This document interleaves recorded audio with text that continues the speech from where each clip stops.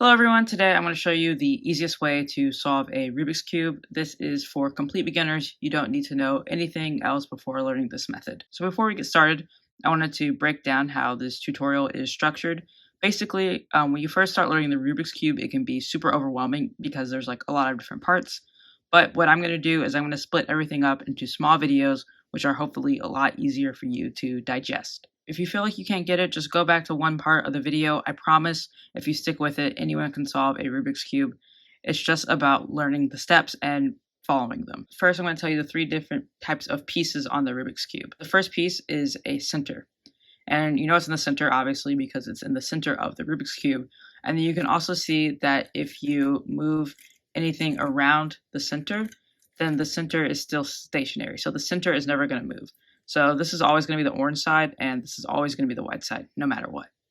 The next type of piece is a corner piece. So corner pieces have three different colors. So this is the white, orange, and blue corner piece. And then you can move up here. This is the orange, green, and yellow corner piece, and so on. So then back on the white side, so we just looked at this, the orange, white, and blue corner piece, which has three colors. And you can contrast that with an edge piece. And an edge piece just has two colors. So this is the white and orange edge piece, and then this is the blue and white edge piece. Okay, so those are all the different parts of the Rubik's Cube. So the next thing to know is the different ways that you can move the Rubik's Cube. What cubers do is they give each of these moves a letter. And so that way, when they're writing down the steps of solving the Rubik's Cube, they can just write down these letters. So this is the right side of the cube if it's facing me. And I can move it like this. This is the front part of the Rubik's Cube. This is the left part. And this is the top part, or the upper part.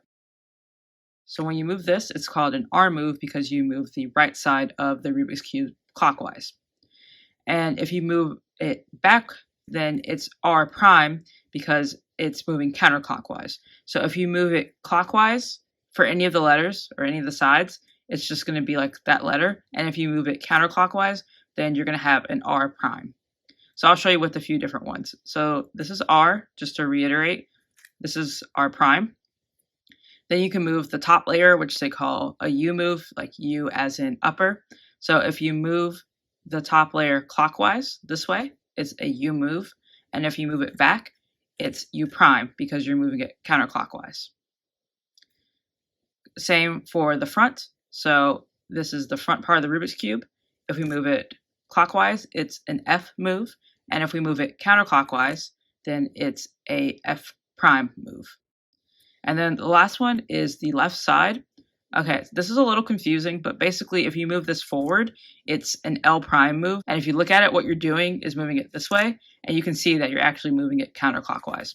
So this is L prime, and this is L. So that's it for the basic introduction to the Rubik's Cube, and in the next video, I'll tell you about the two main algorithms that you need to know to solve the Rubik's Cube. And don't be afraid, algorithm is just a fancy word for a series of steps. So see you in the next video.